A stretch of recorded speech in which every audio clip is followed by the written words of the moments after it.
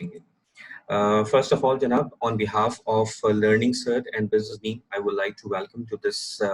webinar on how to learn and pass ITIL 4 exam. I am Syed Nabil Iqbal, and I'm really glad to be your session facilitator for today. Before we begin our session,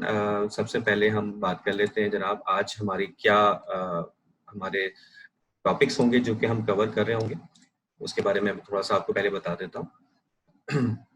आज के session में इंशाल्लाह ताला हम 4 topics को cover करेंगे, जिसमें सबसे पहले हम ITIL 4 फ्रेमवर्क के ऊपर कुछ बात करेंगे। सेकंड टॉपिक के अंदर हम important concepts related to IT service management, और जिस पर प्राइमरीली ITIL फ्रेमवर्क बेस कर रहा है, उसके ऊपर हम कुछ डिस्कशन करेंगे। और उसके थर्ड टॉपिक हमारा ITIL 4 क्वालिफिकेशन स्कीम होगा। और फाइनली हम एक छोटी सी डिस्कशन करेंगे कि ITIL 4 की ट्रेनिंग एंड सर्टिफिकेशन आपको करनी चाहिए या नहीं, इसके ऊपर हम थोड़ी सी गुफ्तगू करेंगे। जो हमारा सेशन का तरीक़ेकार है, ऑब्वियसली ये जो कि 1 घंटे का सेशन है, इसके अंदर मेरी कोशिश ये होगी कि अपने जो 4 टॉपिक्स हैं इनको इंशाल्लाह मैं मैक्सिमम 40 to 45 मिनट्स में कवर कर लूँ। और उसके बाद मैं आपको ये पूरा मौका देना चाहता हूँ कि अगर आपके ज़हन में कोई सवाल है तो वो सवाल बेशक आप कर सकते हैं। तो सवाल आप अपने माइक को अनम्यूट करके वर्बली करना चाहें तो वर्बली कर सकते हैं, और अगर चैट के थ्रू करना चाहें तो चैट के थ्रू भी कर सकते हैं। It's totally up to you. लेकिन बस रिक्वेस्ट ये होगी कि हम नेक्स्ट 45 मिनट्स तक वेट कर लें, और उसके बाद जैसे ही इंशाल्लाह मैं अपनी प्रेजेंटेशन को कंप्लीट करता हूँ, उसके बाद you are more than welcome to ask the questions. अच्छा जी, इससे पहले कि मैं मज़ीद तफसील आपको बताऊं, let me first introduce my self. I am Syed Nabeel Iqbal, and as I told you that I am your course and I'm your session facilitator for today. Currently, I'm working for Business Beam as its Director Advisory Services, और जो advisory function है उसको lead कर रहा हूँ। Primarily, I am an IT GRC lead consultant, lead trainer, and lead auditor. I have more than 15 years of industry experience, जिसमें consulting and training industry में काम करते हुए ऑलमोस्ट मुझे 10 years से ज़्यादा का अर्सा हो चुका है। Academically, I did my master's in commerce and business administration, and in order to support my role of a consultant and trainer, I have completed more than 17 global certifications, जिसमें ITIL की, COVID की, information security की, business continuity की, and project management की certifications शामिल हैं। I have an extensive local and international experience of managing and delivering more than 40 consulting projects in Pakistan, Dubai, Oman, and Saudi Arabia. और मैं more than 15 standards हैं ISO के, और उसके अलावा दूसरे frameworks के, जिसका मैं accredited trainer भी हूँ। और primarily Jin standards and frameworks पर मैं trainings deliver करता हूँ, उसमें ISO 27001 है, COVID है, ITIL है, ISO 22301 है, ISO 2731 है, CISM है, C-Guide है, CMAP है। More than 150 ट्रेनिंग सेशंस हैं जो कि मैं पाकिस्तान और पाकिस्तान से बाहर अब तक अल्हम्दुलिल्लाह डिलीवर कर चुका हूँ। और तकरीबन 2500 पार्टिसिपेंट्स हैं, मोर देन 2500 पार्टिसिपेंट्स हैं जो कि मुख्तलिफ डोमेन्स में मुझसे ट्रेनिंग्स लेके जा चुके हैं, और अल्हम्दुलिल्लाह इस वक्त पाकिस्तान और पाकिस्तान से बाहर बहुत अच्छी पोजीशंस के ऊपर काम भी कर रहे हैं। अच्छा, जो कि इंट्रोडक्शन की बात हो रही है, तो I would also take the opportunity to introduce you with Business Beam and Learning Sert. Business Beam, आप लोगों में से बहुत सारे ऐसे लोग होंगे जिन्होंने पहले से बिजनेस बीम के बारे में सुन रखा होगा। हो सकता है कुछ ट्रेनिंग सेशंस भी आपने हमारे अटेंड किए हो, या कंसल्टिंग के प्रोजेक्ट्स में कभी हमारा और आपका साथ रहा हो। Business Beam is actually an expert consulting and training organization, जो कि प्राइमरीली स्पेशलाइज कर रही है IT GRC domains में। We are operating since 2004, and we are primarily based in Karachi, but we have offices in Dubai, Houston, Riyadh, and Oman as well. From the Business Beam platform, we have completed more than 160 consulting assignments and more than 1100 training sessions within and outside Pakistan. और जो हमारे expert areas हैं, जो कि हम GRC में specialise कर रहे हैं, तो GRC के जो स्पेसिफिक एरियाज हैं जिसके अंदर IT गवर्नेंस है, IT सर्विस मैनेजमेंट है, इंफॉर्मेशन सिक्योरिटी है, बिजनेस कंटिन्यूटी है, IT कंटिन्यूटी है, प्रोजेक्ट मैनेजमेंट है, एंटरप्राइज आर्किटेक्चर है, यानी तमाम स्पेशलाइज्ड एरियाज में हमारी कंसल्टिंग एंड ट्रेनिंग सर्विसेज हम प्रोवाइड कर रहे हैं। और अल्हम्दुलिल्लाह पाकिस्तान और पाकिस्तान से बाहर बहुत नोटिसेबल क्लाइंट्स हैं जिनको हम कंसल्टिंग एंड ट्रेनिंग सर्विसेज दे रहे हैं। And currently we are engaged with some leading banks in Pakistan, some oil and gas companies as well as some FMCGs, और करंटली उनके साथ हमारे कुछ असाइनमेंट्स चल रहे हैं। ऑल्दो लॉकडाउन है और उसकी वजह से आपको भी अंदाजा है कि चीज़ें जो है वो काफ़ी ज़्यादा हर्ट हुई हैं, लेकिन अल्हम्दुलिल्लाह I am really glad to tell you कि जो हमारी कंसल्टिंग एंड ट्रेनिंग असाइनमेंट्स हैं बहुत सक्सेसफुली चल रहे हैं, और जो हमारे प्रोजेक्ट्स हैं इस वक्त वो हम ऑनलाइन डिजिटली उसको बहुत अच्छी तरह से मैनेज कर रहे हैं। उसके साथ साथ जो हमारी ट्रेनिंग्स हैं वो भी हमारी ऑनलाइन ट्रेनिंग्स के जरिए रेगुलर बेसिस पर ऑफर हो रही हैं। अच्छा, उसके साथ साथ बिजनेस बीम के साथ साथ मैं आपको इंट्रोड्यूस करवाऊंगा लर्निंग सर्ट के साथ भी, विच इज अवर पार्टनर और specialized training and skills development firm है, जो कि इस वक्त बिजनेस बीम का कंप्लीट ट्रेनिंग पोर्टफोलियो भी मैनेज कर रही है। फॉर्मली बहुत जल्द ही इंशाल्लाह इसको लॉन्च कर दिया जाएगा, और जैसे मैंने आपको बताया कि complete training portfolio business Beam का ये सब मैनेज कर रहे हैं। उसके अलावा और कुछ क्लाइंट्स हैं जिनके ट्रेनिंग पोर्टफोलियोज भी मैनेज करेंगे। Primarily, Learning Cert offers classroom virtual instructor led, जिसको हम VILT सेशंस कहते हैं। इनके अलावा सेल्फ बेस्ड ई लर्निंग और कॉर्पोरेट ट्रेनिंग सॉल्यूशंस हैं जो कि लर्निंग सर्ट के प्लेटफॉर्म से हम ऑफर कर रहे हैं, और इंशाल्लाह जैसे मैंने आपको बताया कि वेरी सून फॉर्मल लॉन्चिंग के बाद मजीद प्रोडक्ट्स और सर्विसेज के बारे में आप जान सकेंगे। If you want to know more about Business Beam Learning Sert, you are more than welcome to visit our websites www.businessbeam.com and www.learningsert.com। अच्छा जी, ये तो हो गया हमारा जनाब एक इंट्रोडक्शन का phase.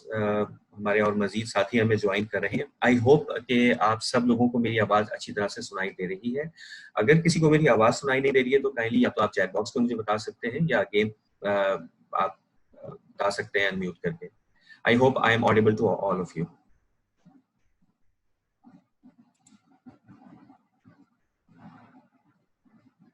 Okay, I am receiving the messages. और सब लोगों को मेरी आवाज़ अच्छी तरह से जा रही है। चले जी, वंडरफुल। जैसे मैंने आपको बताया कि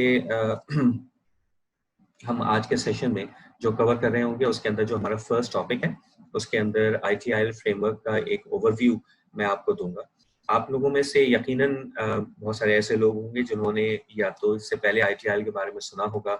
ITIL के ऊपर कुछ काम किया होगा। ITIL की कुछ लोगों के पास यकीनन V3 की सर्टिफिकेशंस भी मौजूद होंगी, लेकिन आप लोगों में से आप लोगों को इस चीज़ का भी अंदाज़ा होगा कि ITIL V3 अब अपग्रेड होकर ITIL 4 की शक्ल में हमारे सामने मौजूद है, और अब जो सर्टिफिकेशंस हैं वो भी ITIL V4 यानी वर्जन 4 पर ही हो रही हैं।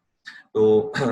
मैं इस पर्टिकुलर टॉपिक में ITIL 4 फ्रेमवर्क के बारे में कुछ आपसे डिस्कस करूंगा। तो आगे चलते हैं जनाब। ITIL framework, basically it's an acronym, and acronym for Information Technology Infrastructure Library, and this is primarily a framework जो कि IT service management की कुछ best practices हमें बताता है। One of the most popular frameworks as far as IT service management is concerned, although कुछ और frameworks भी मौजूद हैं, लेकिन जो popularity ITIL को मिली है शायद किसी और सर्विस मैनेजमेंट के फ्रेमवर्क को मिली हो।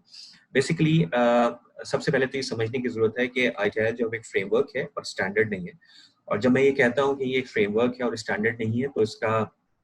बड़ा क्लियर सा मतलब है, और ये कि इसमें जो बेस्ट प्रैक्टिसेस लिखी हुई हैं वो हमारी गाइडेंस के लिए है, जो कि हमें इनेबल करती हैं कि हम अपनी सर्विस मैनेजमेंट को किस तरह से बेहतर बना सकते हैं। लेकिन ये जो बेस्ट प्रैक्टिसेस हैं एक्चुअली ये रिक्वायरमेंट्स की सूरत में नहीं लिखी हुई है। तो चूंकि ये रिक्वायरमेंट्स नहीं है बल्कि गाइडेंस है, बेस्ट प्रैक्टिसेस का कलेक्शन है, तो लिहाजा ये एक फ्रेमवर्क है जो कि एक होलिस्टिक पिक्चर हमें देता है कि हम अपनी ऑर्गेनाइजेशंस के अंदर अपनी सर्विसेज को starting from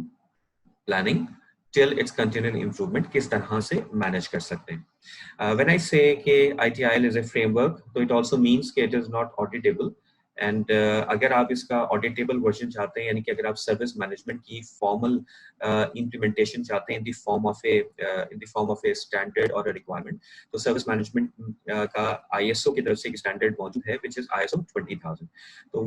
ISO 20000 service management का स्टैंडर्ड है जो कि रिक्वायरमेंट्स की सूरत में लिखा हुआ है, और उन रिक्वायरमेंट्स को इम्प्लीमेंट करके आप और आपकी ऑर्गेनाइजेशंस फॉर्मल सर्टिफिकेशंस के ऊपर जा सकती हैं। लेकिन यहाँ पर ये समझना जरूरी है कि ITIL जो है, ITIL चूंकि एक फ्रेमवर्क है, तो तो लिहाजा इसको अप्लाई करके, इसको फॉलो करके आप अभी सर्विस मैनेजमेंट को according to the best practices बहुत बेहतर बना सकते हैं। ऑब्वियसली उससे आपको बहुत बेहतर रिजल्ट्स मिल सकते हैं, लेकिन आप इस पर अपनी ऑर्गेनाइजेशन को सर्टिफाई नहीं करवा सकते। यस, इंडिविजुअल सर्टिफिकेशंस अवेलेबल हैं, जिसके लिए यकीनन आप लोग यहाँ पर मौजूद भी हैं। तो इंडिविजुअल सर्टिफिकेशंस के लिए ITIL definitely certification scheme offer करता है, जिसकी डिटेल्स मैं अभी आगे आपको बताऊंगा अभी। लेकिन ऑर्गेनाइजेशन पर्सपेक्टिव से आप इस फ्रेमवर्क को फॉलो कर सकते हैं अपनी ऑर्गेनाइजेशन में सर्विस मैनेजमेंट को बेहतर बनाने के लिए।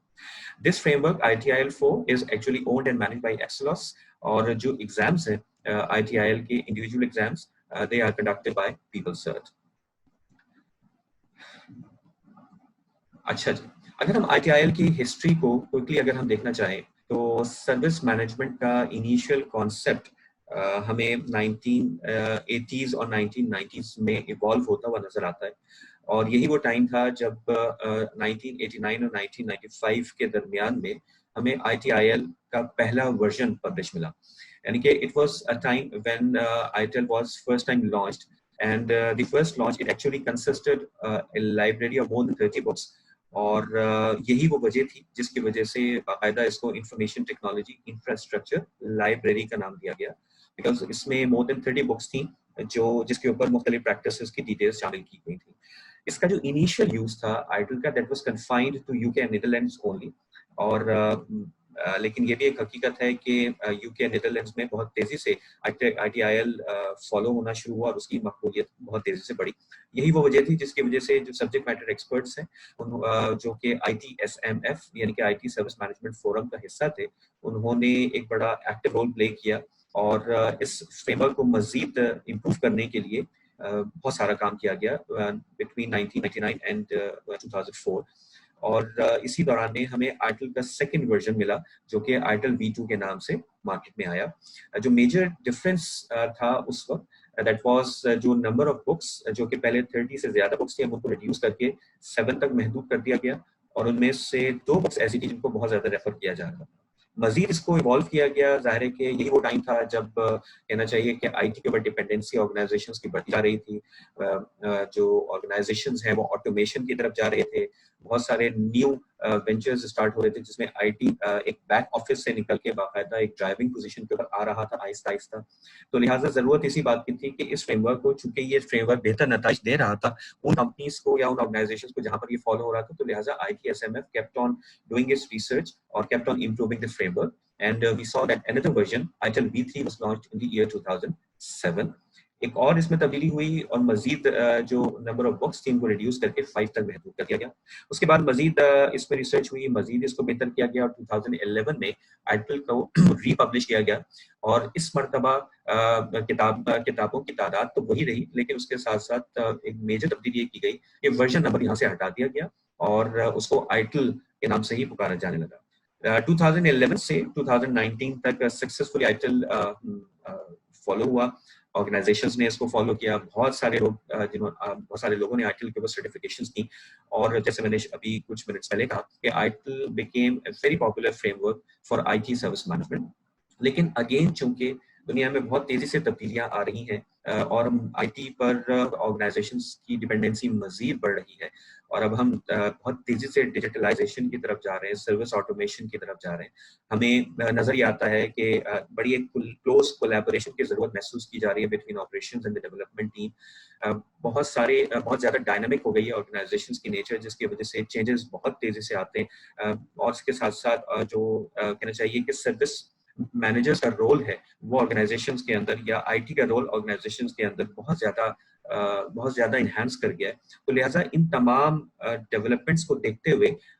2019 के अंदर आइटल में मजीद कुछ तब्दीलियां की गई, और आई मस्ट से कि इस मरतबा जो आइटल का वर्जन हमारे सामने आइटल V4 की सूरत में मौजूद है, जो कि 2019 में पब्लिश हुआ, इसमें आइटल के प्रीवियस वर्जन के मुकाबले में मेजर तब्दीली है। और मेजर तब्दीली इस सेंस में आप कह सकते हैं कि 2019 का वर्जन यानी Itel 4 is a complete overhaul of the previous Itel, और एक मेजर इसके अंदर चेंज हमें नजर आया, और कहना चाहिए कि कुछ न्यू एडिशंस इसमें किए गए, और इस चीज को मेक श्योर करने की कोशिश की जा रही है कि ये फ्रेमवर्क इस वक्त जो करंट IT की प्रैक्टिसेस हैं, जो करंट IT के पेन पॉइंट्स हैं, जो करंट IT के ट्रिगरिंग पॉइंट्स हैं, जो करंट आईटी का रोल है with respect to delivering value to its internal and external customers, उसको ज्यादा बेहतर तरीके से कवरेज दी जाए। तो लिहाजा हमें आइटल 4 जो है उसके अंदर, जैसे मैंने आपको कहा कि हमें काफी ज्यादा तब्दीली नजर आ रही है और एक कंप्लीट न्यू शक्ल के अंदर हमें आइटल 4 मिलता है। और यही वो कुछ चीजें होंगी जो कि मैं अगले टॉपिक के अंदर आपके साथ शेयर भी कर रहा हूँ। अच्छा जी, जब हम इम्पोर्टेंट कॉन्सेप्ट्स की बात करते हैं आइटल 4 की, या कह लीजिए कि आइटल की जब हम बेसिक कॉन्सेप्ट की बात करते हैं, तो very first thing that we need to understand while we understand this ITIL framework is this is primarily a service management framework and it talks majorly about service management. अच्छा, when we say service management, तो Itel framework जब आप पढ़ेंगे तो आपको बार बार वो ये बात या इस बात की याद दहानी वो करवाएगा कि this framework can be applied to any service provider, any organization which is providing services to its customers. ये अलग बात है कि इसको ज्यादातर आईटी इंडस्ट्री ने फॉलो किया है, लेकिन इसके अलावा if you are in non IT business, you can also follow this framework, because इसको इस तरह से डिजाइन किया गया है कि सर्विसेज की प्लानिंग, सर्विसेज की डिजाइनिंग, सर्विस की ट्रांजिशनिंग, सर्विस की ऑपरेशंस और उसके बाद सर्विस के कंटिन्यूअल इम्प्रूवमेंट को बड़ा कॉम्प्रिहेंसिवली कवर किया गया है। तो although it is a non IT framework, लेकिन जैसे मैंने आपको कहा कि प्राइमरीली ये आईटी इंडस्ट्रीज में इसका यूजेज ज्यादा पॉपुलर हुआ है, तो लिहाजा हम गालिबन ये समझते हैं कि इसका जो यूज है वो सिर्फ आईटी तक ही महदूद है, लेकिन ऐसा हरगिज भी नहीं है। If you are a service providing organization और आप कोई भी सर्विस जो कि नॉन आईटी बेस्ड हो आप ऑफर कर रहे हैं, you can always refer to this framework in order to design a complete framework जो कि आपको भी सर्विसेज डिलीवर करने में मजीद हेल्प आउट कर सके। जब हम आइटल की बात करेंगे तो आइटल को समझने के लिए हमें कुछ टर्म्स को समझना बहुत जरूरी है। The first term that we need to understand is service. Service वैसे तो बहुत ज्यादा कॉमनली यूज टर्म है, ऑब्वियसली हम अपने रोजमर्रा के इस्तेमाल में सर्विस की टर्म बहुत ज्यादा यूज करते हैं, लेकिन आइटल जो है वो कुछ टर्म्स को बहुत ही स्पेसिफिक तरीके से डिफाइन करता है। एंड स्पेशली अगर आप आइटल फाउंडेशन कोर्स कर रहे हैं या आइटल का फर्स्ट स्टेप जो कि फाउंडेशन स्टेप है, जब आप वो स्टडी करेंगे तो उसके अंदर आपको बड़ा गौर करना पड़ेगा इस बात के ऊपर कि जो आईटी की स्पेसिफिक टर्मिनोलॉजीज हैं उसको उन्हीं कॉन्टेक्स्ट में समझा जाए और उसी कॉन्टेक्स्ट के अंदर इस्तेमाल किया जाए जिस कॉन्टेक्स्ट में आइटल ने हमें उसको एक्सप्लेन किया है। तो very first thing that we need to understand while we understand ITIL framework is कि service is actually a means of enabling value co-creation by facilitating the outcomes that customers want to achieve without the customer having to manage specific costs and risks. अच्छा, अब अगर आप इस definition को देखिए तो इस डेफिनेशन को मैं बहुत आसानी से कुछ हिस्सों में ब्रेक कर सकता हूँ। अगर मैं first part of this definition को देखूं तो the first part of this definition says that a service is actually a means of enabling value co-creation, कि कोई भी ऐसा तरीका, कोई भी एक ऐसा जरिया जिसकी मदद से आप वैल्यू को क्रिएट कर सकें। नंबर वन, अब ये वैल्यू को क्रिएट किस तरह से होगी? By facilitating the outcome that customers want to achieve. This is the second part of the definition. ये वैल्यू उस वक्त को क्रिएट होगी कि जब आपके कस्टमर्स को वो आउटकम मिल जाएगा जो वो एक्चुअली अचीव करना चाहते हैं। और जो थर्ड पार्ट है, इट सेज कि without the customers having to manage specific cost and risk, और कस्टमर वो इंटेंडेड आउटकम अचीव कर ले और उसको उस आउटकम के अगेंस्ट में उसकी स्पेसिफिक कॉस्ट एंड रिस्क को मैनेज करने की जरूरत ना हो। यानी कि अगर हम इस डेफिनेशन को थोड़ा सा समझें, जो which is actually the heart of this ITIL framework as well, we need to understand कि कोई भी ऐसा जरिया कि जिसकी मदद से हम अपने कस्टमर्स को जो इंटेंडेड आउटकम को अचीव करना चाहते हैं, वो इंटेंडेड आउटकम अचीव करने में हम उनको फैसिलिटेट करें, इस तरह से फैसिलिटेट करें कि जो कस्टमर्स हैं उनको उसके अगेंस्ट में जो स्पेसिफिक कॉस्ट एंड रिस्क है वो मैनेज ना करनी पड़े। इसको समझने के लिए एक एग्जांपल ले लेते हैं, और एक बहुत ही जनरल सी एग्जांपल मैं आपके सामने रखता हूँ। लेट्स से कि हमारी ऑर्गेनाइजेशन है जिसमें एक आईटी डिपार्टमेंट है, और आईटी डिपार्टमेंट अपने कस्टमर्स को, जो अपने यूजर्स को, मैं कस्टमर्स का वर्ड यहाँ यूज नहीं कर रहा, अपने यूजर्स को फैसिलिटेट करने के लिए इंटरनेट की फैसिलिटी प्रोवाइड करता है। अब अगर हम गौर करें तो जो यूजर है वो इंटरनेट की फैसिलिटी इस्तेमाल करना चाहता है ताकि वो अपने इंटेंडेड आउटकम अचीव करे। मिसाल के तौर पर वो अपने वो within and outside the organization communicate कर सके, वो इंटरनेट को इस्तेमाल करके उसके ऊपर अपना कोई डेटा अपलोड कर सके, वहाँ से कोई डेटा डाउनलोड कर सके, तो जो डेटा उसके पास मौजूद है या जो इंफॉर्मेशन है, with the support of an application उस डेटा को, उस इंफॉर्मेशन को प्रोसेस कर सके। तो ये जो इंटरनेट है बेसिकली ये फैसिलिटेट कर रहा है हमारे कस्टमर को उन आउटकम्स को अचीव करने में जो कि वो अचीव करना चाहते हैं। अच्छा, यहाँ पर जब कस्टमर अपना इंटेंडेड आउटकम अचीव कर लेगा, मिसाल के तौर पर अगर वो कम्युनिकेशन करना चाहता है और वो कम्युनिकेट कर लेगा, अगर वो डेटा एक्सचेंज करना चाहता है, डेटा एक्सचेंज कर लेगा, अगर डेटा अपलोड करना चाहता है या डेटा को प्रोसेस करना चाहता है, वो प्रोसेसिंग कर लेगा और सक्सेसफुली कर लेगा, तो दर हकीकत आइटल ये कहता है कि इससे एक्चुअली उस कस्टमर को वैल्यू मिलेगी, यानी कि जो कस्टमर के ये वैल्यू से बात, ये वो परसीव्ड बेनिफिट्स हैं, ये वो यूटिलिटी है, ये वो यूजफुलनेस है जो कि कस्टमर इस इंटरनेट से एक्चुअली अचीव करना चाह रहा था। तो लिहाजा जब हम बात करें, जब हम इस तरह से देखें तो ये basically internet basically becomes a service for the customer, because from an IT, this facilitation of internet is helping the customer to achieve its intended outcomes, और कस्टमर जो इंटरनेट की स्पेसिफिक कॉस्ट एंड रिस्क है वो खुद manage नहीं कर रहा, बल्कि इनफैक्ट ये आईटी डिपार्टमेंट है जो कि इसकी स्पेसिफिक कॉस्ट यानी इसके लिंक की कॉस्ट है, इसी तरह से इसको अप एंड रनिंग रखने की जो कॉस्ट है, इसकी मेंटेनेंस कॉस्ट और रिस्क है, वो खुद इसको बेयर कर रहा है। तो हमें इस साइकिल फ्रेमवर्क को समझने के लिए सबसे पहले इस कॉन्सेप्ट को समझना जरूरी होगा कि ये चूंकि एक सर्विस मैनेजमेंट फ्रेमवर्क है, तो लिहाजा जब हम सर्विसेज की बात कर रहे हैं तो इससे मुराद ये है कि बीइंग ए सर्विस प्रोवाइडर हम अपने कस्टमर्स की इंटेंडेड आउटकम्स को अचीव करने में उनको फैसिलिटेट कर सकें, और इस अंदाज में फैसिलिटेट करें कि जो हमारा कस्टमर है वो उसकी स्पेसिफिक कॉस्ट और रिस्क को मैनेज ना कर रहा हो। अच्छा, इस डेफिनेशन के साथ ही हमें एक चीज को अंडरस्टैंड करना बहुत जरूरी है, जो पहले पार्ट ऑफ दिस डेफिनेशन के अंदर बड़ा वाज़ेह तौर पर लिखा है, वो है वैल्यू को क्रिएशन। वैल्यू को क्रिएशन, ये समझ आप ये कह सकते हैं कि आइटल V4 में इसको बहुत ज्यादा एम्फसाइज किया गया। In fact this is an additional concept which has been introduced in ITIL, और आइटल ये कहता है कि ये जो वैल्यू है ये को क्रिएट की जाएगी, और ये वैल्यू को क्रिएशन का मकसद ये है कि ये हमारा जो कस्टमर है इसको इस इंटरनेट की, इस एप्लीकेशन की, इस इंफ्रास्ट्रक्चर की, इस सिक्योरिटी की सर्विसेज का इंटेंडेड आउटकम उस वक्त तक अचीव नहीं हो सकता जब तक कि वो एक्टिवली सर्विस प्रोवाइडर के साथ कोलैबोरेट ना करे, और जब तक अपनी रिक्वायरमेंट्स को क्लियरली स्पेसिफाई ना करे कि उसको चाहिए क्या।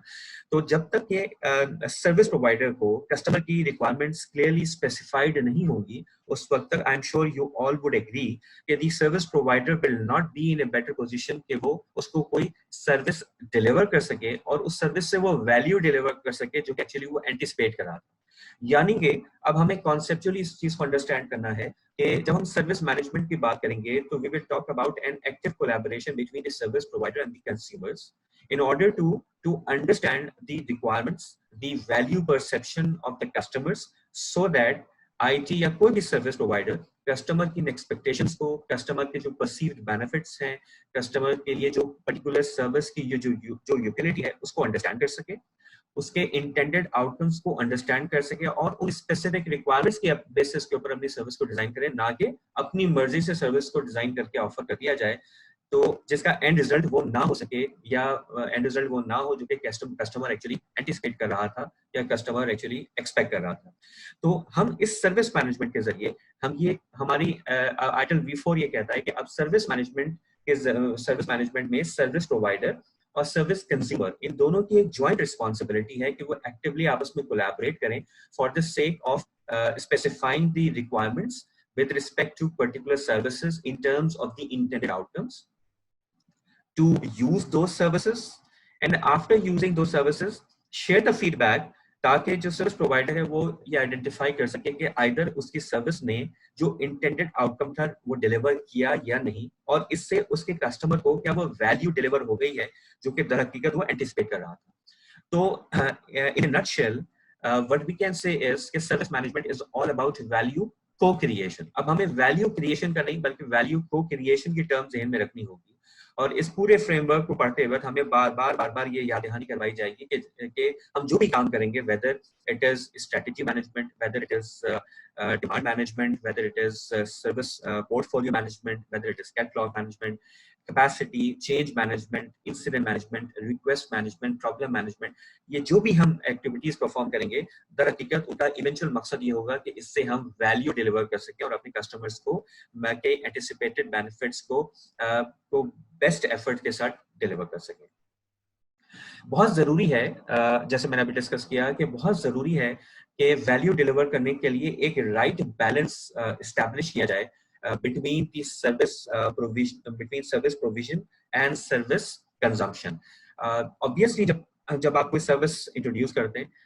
जब आप कोई सर्विस ऑफर करते हैं अपने कस्टमर्स को, तो नेचुरल है कि उससे हमारे कस्टमर्स के आउटकम्स पर कोई ना कोई इफेक्ट जरूर आता है, या तो आउटकम बेहतर हो जाता है या आउटकम में भी बुरा हो जाए। डेफिनेटली कस्टमर को कोई ना कोई कॉस्ट भी बियर करना होती है और उसके कोई ना कोई रिस्क है जो कि कस्टमर के एंड के ऊपर होते हैं। सिमिलरली सर्विस प्रोवाइडर जो सर्विस दे रहा है, ऑब्वियसली उससे भी आउटकम्स के ऊपर कोई ना कोई इम्पैक्ट आता है, उसकी कॉस्ट मजीद उसकी कॉस्ट पर भी इम्पैक्ट आता है और कुछ नए रिस्क भी इंट्रोड्यूस होते हैं। बहुत जरूरी होगा हमें इस पूरे फ्रेमवर्क को फॉलो करते हुए या इस सिस्टम को फॉलो करते हुए कि हम एक राइट बैलेंस तलाश करें between the affected outcomes, cost and risk introduced versus the supported outcomes, cost and the risks. जब ये right balance हम achieve कर लेंगे between the outcomes before providing a service and the outcomes after providing the service, तो उसके बाद ही हम ये कह सकेंगे कि हमने अपने कस्टमर्स को कोई वैल्यू डिलीवर किया। यानी कि in order to be a service provider, you have to get into a position where you can find the right balance between the outcomes and the cost. The outcome and the cost which is taken care by the service provider, and the outcomes and the cost which is being managed by the customer. लेकिन एक जो चीज हमें ज़हन में रखनी होगी वो ये, जैसे मैंने प्रीवियस स्लाइड के हवाले से आपको बताया कि जो सर्विस प्रोवाइडर्स हैं वो आइसोलेशन में आप काम नहीं कर सकते और ये अपने तौर पर नहीं आइडेंटिफाई कर सकते कि उनकी सर्विस के अगेंस्ट में वैल्यू क्या होगी और उनके जो कस्टमर्स हैं उनके लिए वो कौन सा फीचर होगा, वो कौन सी ऐसी सर्विस होगी जो कि कस्टमर को उसका इंटेंडेड आउटकम अचीव करने में हेल्प कर रही होगी। तो लिहाजा अब हमें मेक श्योर करना होगा कि हमें अपनी सर्विसेज को इस तरह से मैनेज करना है कि जिसके अंदर हम एक म्यूचुअली बेनिफिशियल और एक इंटरैक्टिव रिलेशन स्टैब्लिश कर सके अपने कंज्यूमर्स के साथ और एक एक्टिव कोलैबोरेशन करके उनसे ये आइडेंटिफाई करें कि उनके लिए वैल्यू क्या है, क्या वो कॉस्ट है, क्या वो क्वालिटी है, क्या वो फीचर्स है। यानी कि ये कस्टमर ही हमें बता सकता है कि उसके लिए वैल्यू क्या है, उसको समझा जाए और उसकी रिक्वायरमेंट्स को समझ के सर्विस को डिलीवर किया जाए ताकि हम मैक्सिमम वैल्यू अपने कस्टमर्स को डिलीवर कर सकें। Service management specialized organization capabilities का नाम है, जो अभी प्रीवियस स्लाइड्स में मैंने जो आपको डेफिनेशंस बताई। तो जब हम ये कलेक्टिव एफर्ट कर रहे हैं, यानी कि हम अपने कस्टमर्स के साथ कोलैबोरेशन कर रहे हैं, कस्टमर्स की रिक्वायरमेंट्स को अंडरस्टैंड करने की कोशिश कर रहे हैं, उन रिक्वायरमेंट्स को अंडरस्टैंड करके उसको प्लान में कन्वर्ट कर रहे हैं, उस प्लान के बेसिस के ऊपर हम कुछ चीज़ें डिज़ाइन कर रहे हैं और डिज़ाइन करने के बाद उनको बाकायदा टेस्ट कर रहे हैं, वैलिडेट कर रहे हैं, उसके बाद उसको ऑपरेशनल कर रहे हैं। ये जितने सारे काम एक्चुअली हमने करने हैं, ये कुछ इन कामों को करने के लिए यानी प्रैक्टिसेस को परफॉर्म करने के लिए हमारे पास कुछ स्पेसिफिक ऑर्गेनाइजेशनल कैपेबिलिटीज का होना जरूरी है, जो कि हमें इन तमाम प्रैक्टिसेस को, इन तमाम एक्टिविटीज को बेहतर तरीके से परफॉर्म करने में हेल्प आउट कर सके। इस collective set of specialized organization capabilities को हम सर्विस मैनेजमेंट कहते हैं। और सर्विस मैनेजमेंट क्या होती है ये एक्चुअली आइटल अपने इस फ्रेमवर्क के अंदर हमें बहुत डिटेल में समझाते हैं। अच्छा जी, यहाँ पर यहाँ पर मैं अपने नेक्स्ट टॉपिक के अंदर आइटल के कुछ बुनियादी जो कॉन्सेप्ट्स हैं या जो कंपोनेंट्स हैं उसके ऊपर बात करूंगा। आइटल V4 के अंदर एक ब्रांड न्यू कॉन्सेप्ट इंट्रोड्यूस किया गया है जिसको हम सर्विस वैल्यू सिस्टम का नाम देते हैं। दोज ऑफ यू जिन्होंने आइटल के प्रीवियस वर्जन्स पढ़े हुए हैं या उस पर आप सर्टिफाइड हैं, अगर सिर्फ वो अगर क्विकली रिकॉल करें तो जब हम आइटल को देखते थे, यानी कि इससे पहले आइटल V3 को देखते थे, तो वहां पर हमें सर्विस लाइफ साइकिल का कॉन्सेप्ट मिलता था और उस कॉन्सेप्ट के मुताबिक सर्विस मैनेजमेंट के 5 स्टेजेस थे। The first stage was service strategy. The second stage was service design. The third was service transition. The fourth stage of the life cycle was service operations, and the fifth one was continuous service improvement. अच्छा, अब Itel इस concept को उसने completely overhaul कर दिया है और this service life cycle concept doesn't exist anymore and now ITIL V4 says that there is a service value system. यानी कि being a service provider ITIL V4 advocate कर रहा है कि अब हमारे पास एक सर्विस वैल्यू सिस्टम होना चाहिए। यानी कि हमारे पास सर्विसेज को मैनेज करने के लिए कुछ वेल डिफाइंड कंपोनेंट्स और एक्टिविटीज होनी चाहिए जो कि हमें एज एन ऑर्गेनाइजेशन इनेबल कर सके, जो भी हमने डेफिनेशन में देखा वैल्यू को क्रिएशन में। तो लिहाजा ये जो सर्विस वैल्यू सिस्टम है it gives us a description on the components and the activities जो कि ऑर्गेनाइजेशन लेवल के ऊपर कलेक्टिवली काम करेंगी so that we can enable value creation for our customers. The purpose of the service value system primarily is to ensure that the organization co-creates the value in collaboration with all the stakeholders on a continuous basis और जो products and services वो deliver कर रहा है उनके पीछे बहुत ही strong value की justification मौजूद है। यानी कि हमने देखा होगा कि आप लोगों को बहुत अच्छी तरह से इस चीज़ का अंदाजा होगा कि organizations या IT organizations वो एक सर्विस पोर्टफोलियो रखती हैं, मुख्तलिफ सर्विसेज जो ऑफर कर रही होती हैं। फॉर एग्जांपल वो इंटरनेट की सर्विसेज दे रही हैं, वो ईमेल की सर्विस दे रही हैं, वो इंफ्रास्ट्रक्चर को मैनेज कर रहे हैं, वो डेटा सेंटर को मैनेज करते हैं। इसी तरह से application services, application hosting services देते हैं, एप्लीकेशन को मेंटेन करने के लिए डेटा सेंटर में मैनेज कर रहे होते हैं। इसी तरह से डेटाबेस के सर्विसेज दे रहे होते हैं, इवन डेवलपमेंट की सर्विसेज दे रहे होते हैं। तो बहुत सारी ऐसे सर्विसेज हैं जो कि IT अपने कस्टमर्स को दे रहा होता है। लेकिन वो सर्विसेज क्यों दे रहा है? क्या ये सर्विसेज उसके कस्टमर्स की एक्सपेक्टेशंस को, उनकी नीड्स को फुलफिल कर रहे हैं? क्या जो बेनिफिट्स इन सर्विसेज से कस्टमर अचीव करना चाहता है, क्या ये सर्विसेज वो बेनिफिट्स डिलीवर कर रही हैं? दर हकीकत इसका कोई मैकेनिज्म उसके पास मौजूद नहीं होता। तो इसलिए हमें ये सर्विस वैल्यू सिस्टम एक ऐसे सिस्टम के तौर पर सामने नजर आ रहा है जो कि हमें हेल्प करेगा एक ऐसा सिस्टम एस्टैब्लिश करने में अपनी IT ऑर्गेनाइजेशन में, जो कि अपनी सर्विसेज की प्लानिंग से लेकर उसकी कंटिन्यूअस सर्विस इंप्रूवमेंट तक का पूरा क्या कहना चाहिए कि पूरा लाइफ साइकिल वो मैनेज करेगा और मेक श्योर करेगा कि हमारे पास इन सर्विसेज की स्ट्रॉन्ग वैल्यू जस्टिफिकेशन मौजूद हो और at the end of the day हम अपने कस्टमर्स को डिमॉन्स्ट्रेट कर सकें कि based on their requirements and the intended outcomes what value the IT is delivering to their customers. ये सर्विस वैल्यू सिस्टम है क्या? Service value system is based on the opportunity on demand, जो कि आपको आपके लेफ्ट हैंड साइड पर नजर आ रहा होगा। बेस्ड ऑन द अपॉर्चुनिटी और द डिमांड, यानी कि या तो अपॉर्चुनिटी फॉर इंप्रूवमेंट होगी या डिमांड फ्रॉम अ कस्टमर होगी। उसको मैनेज करने के लिए हमारे पास एक सर्विस वैल्यू सिस्टम मौजूद है और ये सर्विस वैल्यू सिस्टम में एक्चुअली 5 कंपोनेंट्स हैं, जिनमें एक कंपोनेंट गाइडिंग प्रिंसिपल्स का है, एक कंपोनेंट गवर्नेंस का है, एक कंपोनेंट सर्विस वैल्यू चेन का है, एक कंपोनेंट प्रैक्टिसेस का है और एक कंपोनेंट कंटिन्यूअल इंप्रूवमेंट का है। ये कंपोनेंट्स कलेक्टिवली काम करेंगे based on the opportunity and demand. ये तमाम कंपोनेंट्स कलेक्टिवली काम करेंगे ताकि वो अपनी प्रोडक्ट्स एंड सर्विसेज को डिजाइन, डेवलप और मेंटेन करके अपने कस्टमर्स को वैल्यू डिलीवर कर सकें, जो कि आपको राइट हैंड कॉर्नर के ऊपर सर्कल में लिखा हुआ नजर आ रहा है। दिस सर्विस वैल्यू सिस्टम में ये जो 5 कंपोनेंट्स हैं, इसका मतलब क्या है? इसका मतलब यह है कि हमारे पास अपनी प्रोडक्ट्स एंड सर्विसेज की प्लानिंग से लेकर कंटिन्यूअस सर्विस इंप्रूवमेंट तक के कोई ना कोई गाइडिंग प्रिंसिपल्स, यानी कि हमारे पास कुछ पॉलिसी फ्रेमवर्क मौजूद हो, हमारे पास कोई गवर्नेंस का स्ट्रक्चर, यानी कि हमारे पास अथॉरिटीज डिफाइंड हो, रोल्स एंड रिस्पॉन्सिबिलिटीज डिफाइंड हो, हमें बहुत अच्छी तरह से हमें एस्केलेशन मैट्रिसेस हमारे प्रॉपर्ली डिफाइंड हो, जो कि इंश्योर कर सकें कि टाइमली डिसीजन मेकिंग हो रही है, टाइमली ऑथराइजेशंस मिल रही हैं और जो स्पेसिफिक जो रोल्स हैं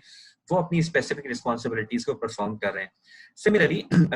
हमारे पास एक थर्ड जो कंपोनेंट है which is service value chain, जो कि मजीद डिटेल के अंदर V4 हमें डिस्क्राइब करता है कि दर हकीकत एक सेट ऑफ एक्टिविटीज हैं जो कि दर हकीकत प्रोडक्ट्स एंड सर्विसेज को डिलीवर कर रही हैं by making use of the fourth component which is practices. ये जो सर्विस वैल्यू चेन है, इसको मैं actually nucleus of service management भी कह सकता हूँ, क्योंकि सर्विस वैल्यू चेन में जो 6 एक्टिविटीज हैं, इसकी स्पेसिफिक एक्टिविटीज में इंगेज एक्टिविटी है, प्लान एक्टिविटी है, ऑब्टेन एंड बिल्ड है, डिजाइन ट्रांजिशन है, डिलीवर एंड सपोर्ट है और इम्प्रूव है। ये वो एक्टिविटीज हैं जो कि हमारा फोर्थ कंपोनेंट, जो प्रैक्टिसेस का कंपोनेंट है, उससे यूटिलाइज कर रही हैं ताकि वो प्रोडक्ट सर्विसेज को प्लान कर सके, उन्हें डिजाइन कर सके, उसके बाद उसको ऑपरेट कर सके ताकि हमारे कस्टमर्स को वैल्यू मिल सके. And once the services become operational and they are in use of the customers, then the continual improvement cycle starts its work. और फिर हमें हमें ये और हमें फिर ये डायरेक्शन भी मिलती है कि हम अपनी ना सिर्फ सर्विसेज को डिलीवर होने के बाद कंटिन्यूअली इंप्रूव करें, बल्कि उसके साथ साथ ये भी मेक श्योर करें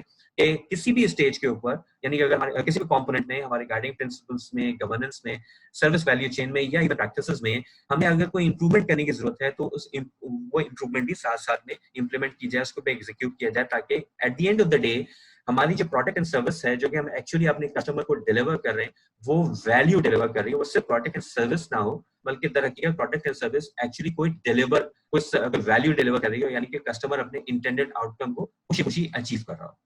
ये जो सर्विस वैल्यू सिस्टम है, it will make use of various practices which are called management practices by ITIL v4, it is defined as a set of organizational resources designed for performing or accomplishing an objective with respect to a product or a service. जो practices हैं, management practices हैं, इनको समझने के लिए हमें ये समझना होगा कि ये वो ऑर्गेनाइजेशन रिसोर्सेज हैं जो कि सर्विस प्रोवाइडर्स को कस्टमर्स के साथ इंगेज होने से लेकर अपनी सर्विस को डिजाइन एंड डिलीवर करने और उसके बाद उसको कंटिन्यूअली इंप्रूव करने में हेल्प कर रहे होते हैं. आईटिल ने हमें खुद ही 34 प्रैक्टिसेस इंट्रोड्यूस किए हैं और इनको कैटेगराइज कर दिया है. उनमें से 14 जो है वो जनरल मैनेजमेंट प्रैक्टिसेस हैं, 17 सर्विस मैनेजमेंट प्रैक्टिसेस हैं और उनमें से 3 टेक्निकल मैनेजमेंट प्रैक्टिसेस हैं. ये मैनेजमेंट प्रैक्टिसेस पहले प्रोसेसेस कहलाती थी. अगेन उन लोगों के लिए से मैं कह रहा हूँ जो कि आईटिल V3 पर सर्टिफाइड है या उस बारे में जानते हैं, जिन जो हमें पहले 26 प्रोसेसेस आईटिल में मिलते थे, अब वो प्रोसेसेस नहीं बल्कि प्रैक्टिसेस के नाम से आईटिल V4 में शामिल है. अच्छा जी, ये जो 34 मैनेजमेंट प्रैक्टिसेस है उसकी लिस्ट मैंने आपकी नॉलेज के लिए यहाँ पर इंक्लूड की है. अगर आप देखिए जनरल मैनेजमेंट प्रैक्टिसेस में कुछ प्रैक्टिसेस क्विकली अगर मैं देखूं उनको, तो स्ट्रेटेजी मैनेजमेंट है, आर्किटेक्चर मैनेजमेंट है, ऑर्गेनाइजेशन चेंज मैनेजमेंट है, कंटिन्यूअल इंप्रूवमेंट है, knowledge management etcetera. Service management practices में अगर हम देखें तो सर्विस लेवल मैनेजमेंट की बात कर रहा है, सर्विस कैटलॉग की बात कर रहा है, अवेलेबिलिटी मैनेजमेंट की, कंटिन्यूटी की, कैपेसिटी की, एसेट की, चेंज की. सिमिलरली टेक्निकल मैनेजमेंट में हमारे पास डिप्लॉयमेंट मैनेजमेंट है, इंफ्रास्ट्रक्चर एंड प्लेटफॉर्म मैनेजमेंट है और सॉफ्टवेयर डेवलपमेंट मैनेजमेंट है. यानी कि ये वो 34 प्रैक्टिसेस हैं जो कि हमें, यानी सर्विस प्रोवाइडर्स को सर्विसेज की रिक्वायरमेंट्स को आइडेंटिफाई करने से लेकर उनको प्लान करने, उनको डिजाइन करने, उनको डिलीवर करने और उसके बाद उनको कंटिन्यूअली इंप्रूव करने में इनेबल करेंगे. अच्छा, यहाँ पर ये बात बताना मैं जरूरी समझता हूँ कि चूंकि ये हमने एक हाई लेवल ओवरव्यू आप लोगों के लिए अरेंज किया था to give you an introduction to ITIL V4 framework. इसकी सारी डिटेल्स, यानी आईटिल की मजीद आईटिल के मजीद कॉन्सेप्ट्स और उसकी टर्मिनोलॉजीज, ये service value system, service value chain, उसके साथ साथ एक और कंपोनेंट है, सॉरी मैं मिस कर गया,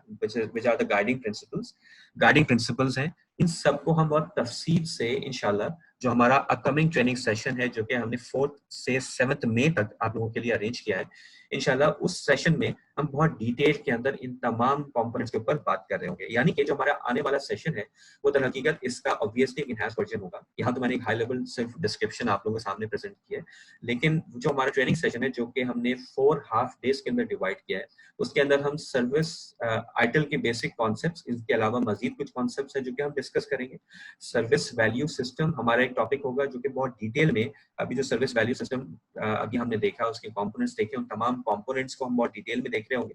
उसके बाद सर्विस वैल्यू चेन बहुत इंपॉर्टेंट टॉपिक है, उसको हम बहुत डिटेल में देखेंगे कि सर्विस वैल्यू चेन की जो 6 एक्टिविटीज मैंने आपके सामने जिनके नाम है, इंगेज से लेकर इंप्रूव तक, उसको हम डिटेल में डिस्कस कर रहे होंगे. सर्विस मैनेजमेंट की गाइडिंग प्रिंसिपल्स, 7 गाइडिंग प्रिंसिपल्स है सर्विस मैनेजमेंट के, उनको हम डिटेल में देखेंगे. और उसके बाद ये जो 34 मैनेजमेंट प्रैक्टिसेस हैं, इनमें से 15 प्रैक्टिसेस को हम डिस्कस कर रहे होंगे अपने अपकमिंग ट्रेनिंग सेशन के अंदर. 15 प्रैक्टिसेस इसलिए हम कवर करेंगे क्योंकि एक्सेलॉस का जो प्रिस्क्राइब्ड सिलेबस है फॉर आईटिल फाउंडेशन, उसमें सिर्फ 15 प्रैक्टिसेस को ही शामिल रखा गया है. तो लिहाजा वी रेस्ट एश्योर्ड कि इंशाल्लाह जो आपका अपकमिंग सेशन हमने 4th to 7th में अरेंज किया है, आप लोगों में से जो लोग भी इंशाल्लाह वो सेशन अटेंड करेंगे उनको बहुत तफसील से इन कॉन्सेप्ट्स के ऊपर डिटेल्स मिल रही होंगी. अच्छा जी, यहाँ पर मैं थोड़ा सा आपको ITIL की क्वालिफिकेशन रोड मैप के बारे में बताना चाहूंगा। हमारे पास एक्चुअली 4 डिफरेंट लेवल्स हैं ITIL V4 के, जिसमें जो फर्स्ट लेवल है हमारे पास वो है ITIL foundation. ITIL foundation is आप ये कह सकते हैं it is actually the starting point if you want to have a career in IT service management as per this ITIL qualification scheme. So the first step, the first qualification would be ITIL foundation. ITIL foundation के पास के बाद हमारे पास 2 streams हैं, जिसके अंदर एक है ITIL managing professional, जिसको MP कहा जाता है, और एक स्ट्रीम है हमारे पास ITIL स्ट्रेटेजिक लीडर, जिसको SL कहा जाता है। ITIL मैनेजिंग प्रोफेशनल के 4 मॉड्यूल्स हैं, जिसमें 3 ITIL स्पेशलिस्ट और एक ITIल स्ट्रेटेजिस्ट का मॉड्यूल है। ITIL स्पेशलिस्ट के 3 मॉड्यूल्स में क्रिएट, डिलीवर एंड सपोर्ट है, ड्राइव स्टेक होल्डर्स वैल्यू और हाई वेलोसिटी IT, ये 3 अलग अलग मॉड्यूल्स हैं। और उसके बाद fourth one is direct, plan and improve. ITIL managing professional की क्वालिफिकेशन अचीव करने के लिए जरूरी है कि आपके पास ना सिर्फ ITIL फाउंडेशन हो, बल्कि उसके साथ साथ ये चारों मॉड्यूल्स को भी क्लियर करना आपके लिए जरूरी होगा। इसका मतलब ये हुआ कि अगर आप ITIL मैनेजिंग प्रोफेशनल बनना चाहते हैं तो उसके लिए ITIL foundation plus ITIL managing professional के लिए 4 मॉड्यूल्स कंप्लीट होना जरूरी है। फिर उसके बाद हमारे पास जो सेकंड मॉड्यूल है, सेकंड स्ट्रीम है ITIL स्ट्रेटेजिक, जो कि उसका अगला लेवल है, MP का अगला लेवल SL है, जिसमें 2 मॉड्यूल्स हैं, direct, plan and improve, digital and IT strategy. अगर आप गौर करें तो direct, plan and improve module MP में भी शामिल किया गया, तो लिहाजा ये तो होना जरूरी है, यानी कि ये आपको करना जरूरी है। अच्छा, ITIL फाउंडेशन का भी एग्जाम है, फिर MP के 4 अलग अलग एग्जाम्स हैं, और SL में 2 एग्जाम्स आपको देने होंगे individual module. Once you complete this qualification, यानी कि आपने फाउंडेशन किया, फाउंडेशन के बाद MP और MP के बाद स्ट्रेटेजिक लीडर, तो now you qualify for the highest level of certification which is ITIL master. इसमें आपके पास एटलीस्ट 5 इयर्स का एक्सपीरियंस होना चाहिए सर्विस मैनेजमेंट का, और उनके अलावा ये 3 सर्टिफिकेशन आपके पास मौजूद होनी चाहिए। आपको कोई बाकायदा कुछ असाइनमेंट आपको दिया जाएगा, जिसको हम थीसिस भी कह सकते हैं, बाकायदा आप उसके ऊपर रिसर्च करेंगे, सर्विस मैनेजमेंट का अपना एक्सपीरियंस जो है based on this ITIL V4 concept, आप उसको अप्लाई करके बाकायदा केस स्टडी बनाएंगे, और केस स्टडी के रिजल्ट जो है वो सर्टिफिकेशन बॉडी के साथ आप शेयर करेंगे, जिसकी बेसिस के ऊपर, जिसकी एग्जामिनेशन यानी उसके रिव्यू की बेसिस के ऊपर आपको ITIL मास्टर का टाइटल अवार्ड किया जाएगा। अच्छा, अब जहां तक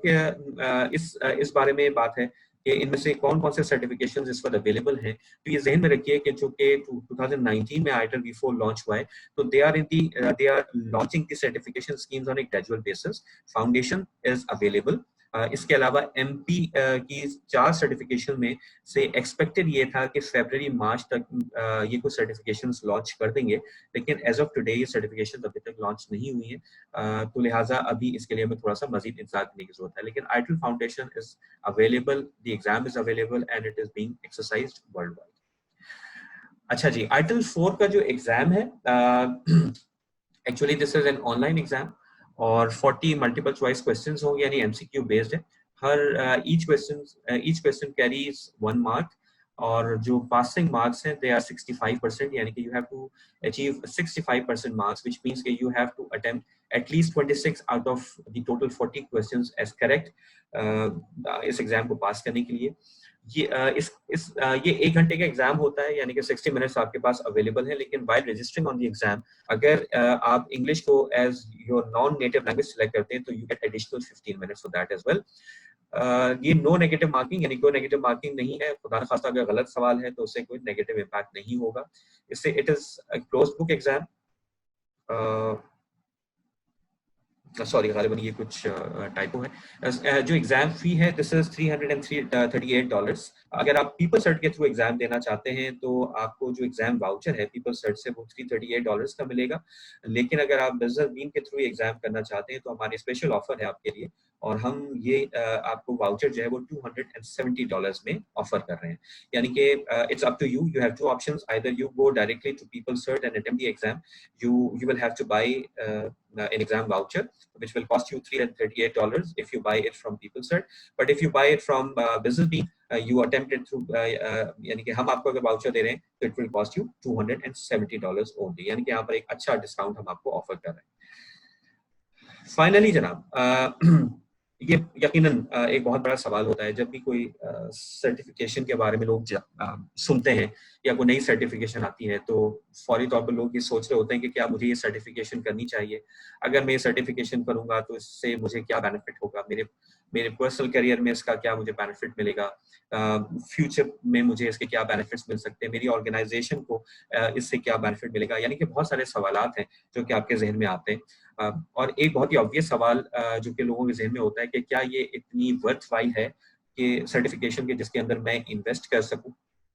तो सबसे पहले तो जी इसके ऊपर बात कर लेते हैं कि जैसे मैंने अपनी गुफ्तगू के शुरू में आपसे ये कहा कि ITIL is one of the most popular certifications world wide, और ये वो सर्टिफिकेशन है जो कि गुज़िश्ता कई सालों से सर्विस मैनेजमेंट में one of the most renowned and one of the most credible and authentic certifications कहलाता है। तो लिहाजा अगर आप इस बारे में सोच रहे हैं कि आइदर आपको आईटिल की सर्टिफिकेशन करनी चाहिए, क्या ये उतनी पॉपुलर या उतनी वर्थवाइल होगी मेरे लिए जिसके लिए मैं कुछ इन्वेस्टमेंट करूं, तो being a trainer myself, being a consultant myself, I would strongly suggest yes, you should go for this ITIL certification, because it is not only popular in Pakistan industry but all over the world, even Middle East, Europe, कहीं पर भी अगर आप जाते हैं तो ITIL is one of the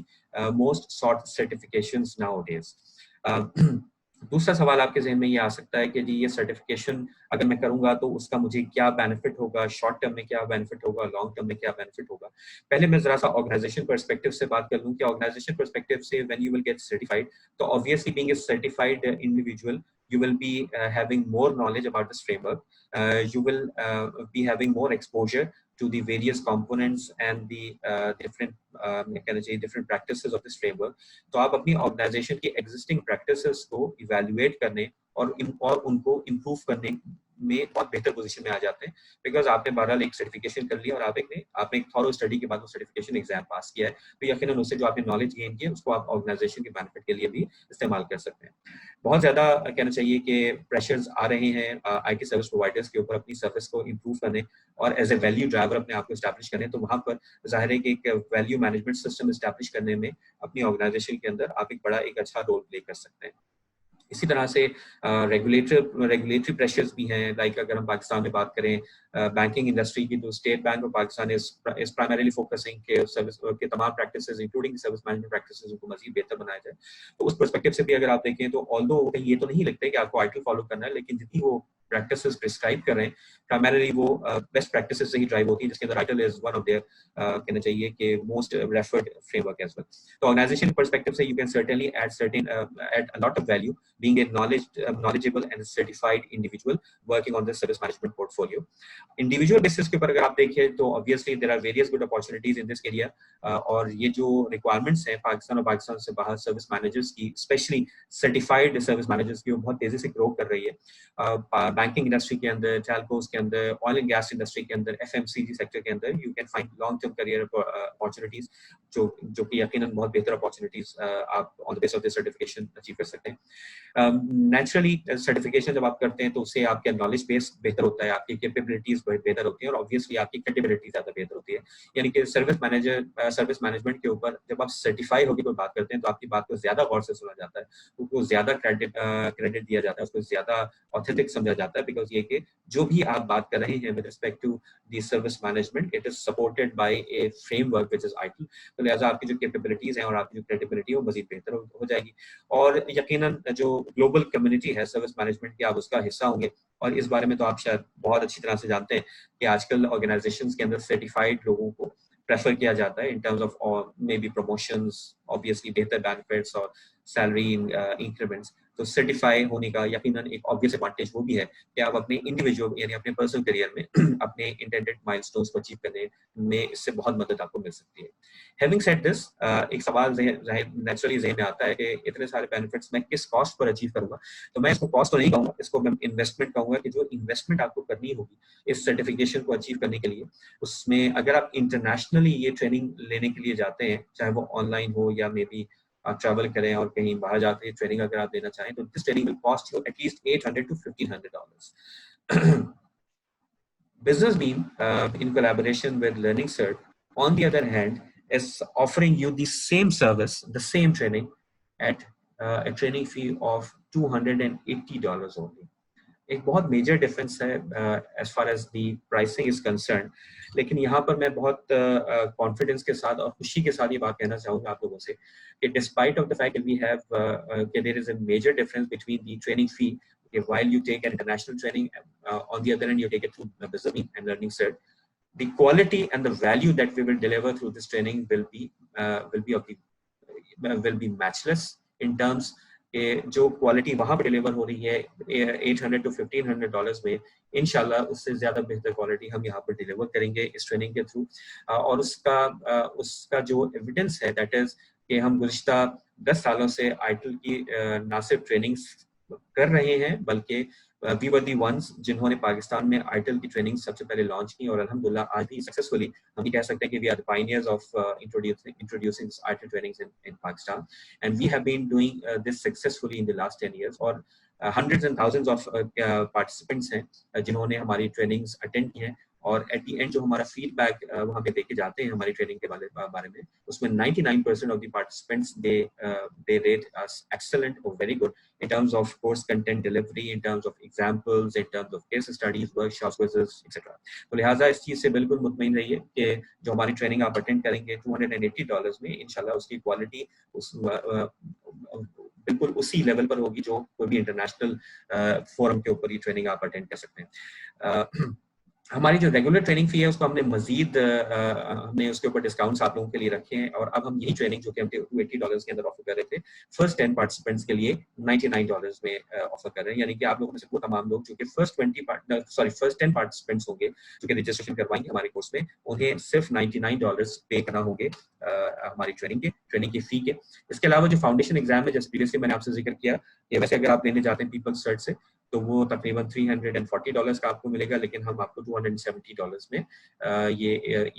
exam voucher आपको देंगे। तो लिहाजा जो टोटल इन्वेस्टमेंट है learning cert and business bean के थ्रू ये ट्रेनिंग करने के लिए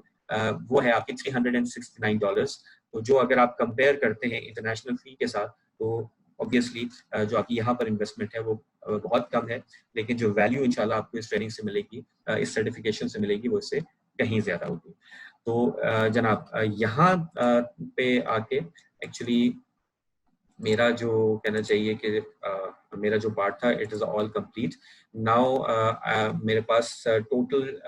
10 मिनट है जिसमें मैं आपसे रिक्वेस्ट करूंगा अगर आप लोगों के कुछ सवालात हैं तो बेशक अगर आप वर्बली पूछना चाहते हैं तो पूछ लीजिए, वैसे कुछ चैट पे भी मेरे पास आया हुआ है। अच्छा, कुछ सवाल मेरे पास आए हुए हैं, मैं वन बाय वन उनको देख लेता हूँ। अच्छा जी,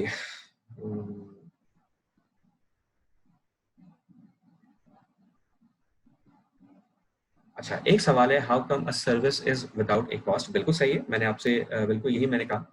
कि we have to find the right balance between the outcome, the cost and the risk. और ऑब्वियसली जो कॉस्ट है वो कभी भी रिड्यूस नहीं हो सकती, सॉरी कॉस्ट जो है वो कभी भी जीरो नहीं हो सकती, ऑब्वियसली हम उसको रिड्यूस कर सकते हैं। तो ये सर्विस मैनेजमेंट अपनी प्रैक्टिसेस जिसमें बजटिंग एंड अकाउंटिंग भी है, फाइनेंशियल मैनेजमेंट भी है, स्ट्रेटजी मैनेजमेंट है, डिमांड मैनेजमेंट है, जो मजीद डिटेल के अंदर इंशाल्लाह जब आप ट्रेनिंग में इसको स्टडी करेंगे या मजीद इसमें इसकी प्रैक्टिसेस को देखेंगे तो it will help you in understanding कि how to achieve the right balance between the intended outcomes, the cost and the risk. अच्छा जी, जो गाइडिंग प्रिंसिपल्स हैं, एक सवाल ये आया कि जी what are the guiding principles. तो हमारे गाइडिंग प्रिंसिपल्स हैं, ये guiding principles actually service providers को हेल्प करते हैं कि उन्हें अपने सर्विस वैल्यू सिस्टम को या सर्विस मैनेजमेंट सिस्टम को किस तरह से डिजाइन करना है, यानी कि वो कौन से ऐसे प्रिंसिपल्स हैं जिनका ख्याल रखना जरूरी होगा। और ये जो आपके गाइडिंग प्रिंसिपल्स हैं ये आपको हेल्प करेंगे कि आप अपने सर्विस मैनेजमेंट के प्रैक्टिसेस को, सर्विस मैनेजमेंट के प्रोसेसेस को बेहतर तरीके से अलाइन कर सकें और उसकी बेसिस के ऊपर आपको गाइड करेंगे कि अपनी सर्विसेज को कैसे बेहतर बनाया जा सकता है। ये 7 गाइडिंग प्रिंसिपल्स हैं जिसको डिटेल के अंदर इंशाल्लाह ट्रेनिंग में हम डिस्कस कर रहे होंगे। अच्छा, फिर उसके बाद एक सवाल मेरे पास है कि जी I am V3 certified, so do I need to give certification of the new version also. जी जनाब, बिल्कुल V3 सर्टिफिकेशन आपके पास मौजूद है, बहुत अच्छी बात है, लेकिन उसके बावजूद भी आपको जो चूंकि V3 अब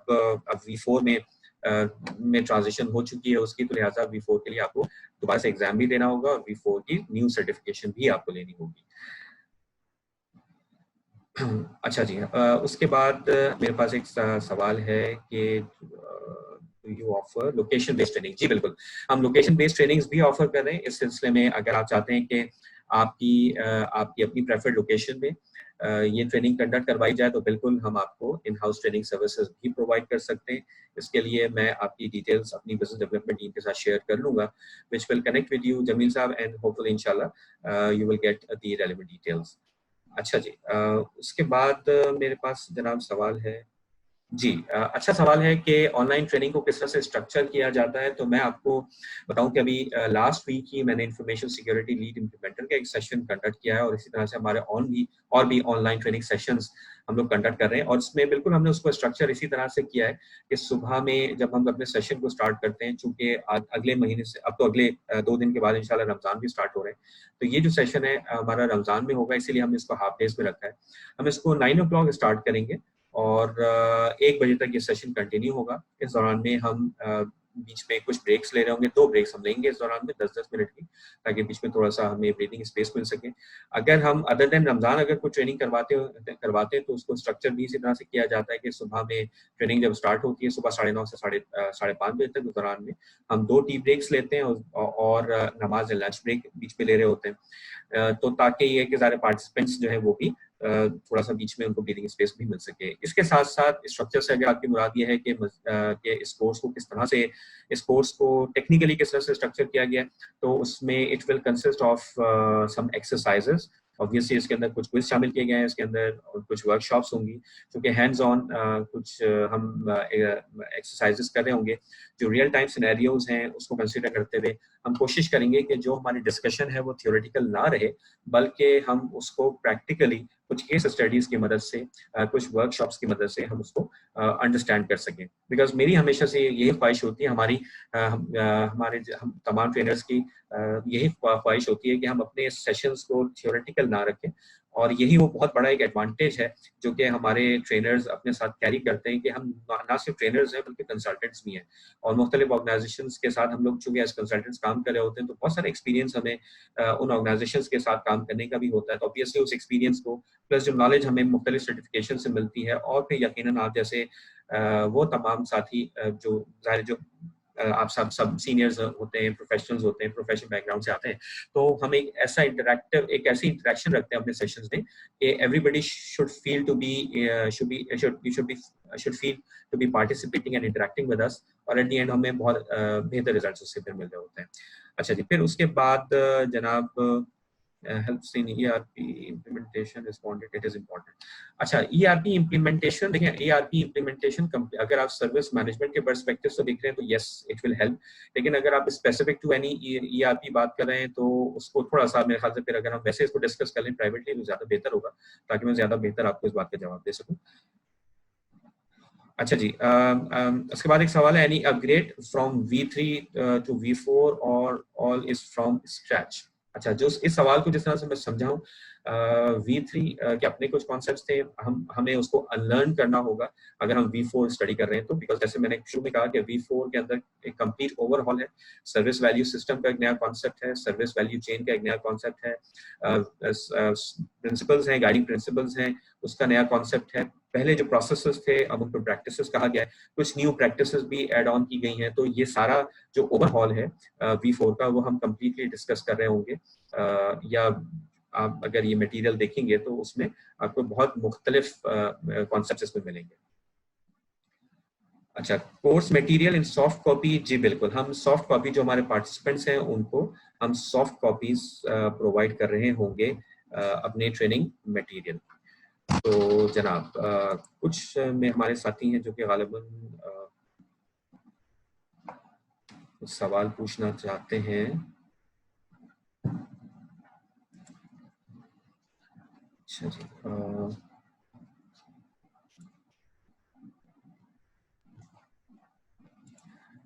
जी हुमायूं साहब, आप कुछ पूछना चाहते हैं प्लीज। जी, थैंक यू वेरी मच। नहीं, मैंने फिर टेक्स्ट में लिख दिया था, तो वो मेरा सवाल यही था कि V3 से V4 में अपग्रेड है या ओवरऑल नया ही पूरा कोर्स है, तो आपने उसका इलैबोरेट कर दिया, तो ठीक है, थैंक यू वेरी मच। ठीक है, ठीक है जनाब। जनाब यहाँ मेरे पास क्वेश्चंस भी है, मैंने और जो मेरे पास क्वेश्चंस आए उन सब का मैंने जवाब दिया है। तो जनाब thank you very much all the participants for joining us and और आपने सवाल भी पूछे and I hope I was able to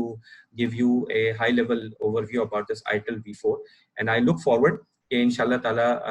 आप लोगों में से आप लोग जो है वो हमारी ट्रेनिंग को भी अटेंड करेंगे इंशाल्लाह। जैसे मैंने आपसे गुजारिश की कि चूंकि ये 1 घंटे का सेशन था, ऑब्वियसली इसका मकसद ये था कि हम एक हाई लेवल इंट्रोडक्शन डिस्कस कर सकें, जो कि मैंने इस 1 घंटे में कवर करने की कोशिश की। मजीद इसकी जो डिटेल्स हैं इंशाल्लाह ताला हम अपनी ट्रेनिंग में कवर कर रहे होंगे। तो I look forward to see you all in our upcoming training session. Again remind आप लोगों को करवा दूं कि हमारा जो ITIL फाउंडेशन सेशन है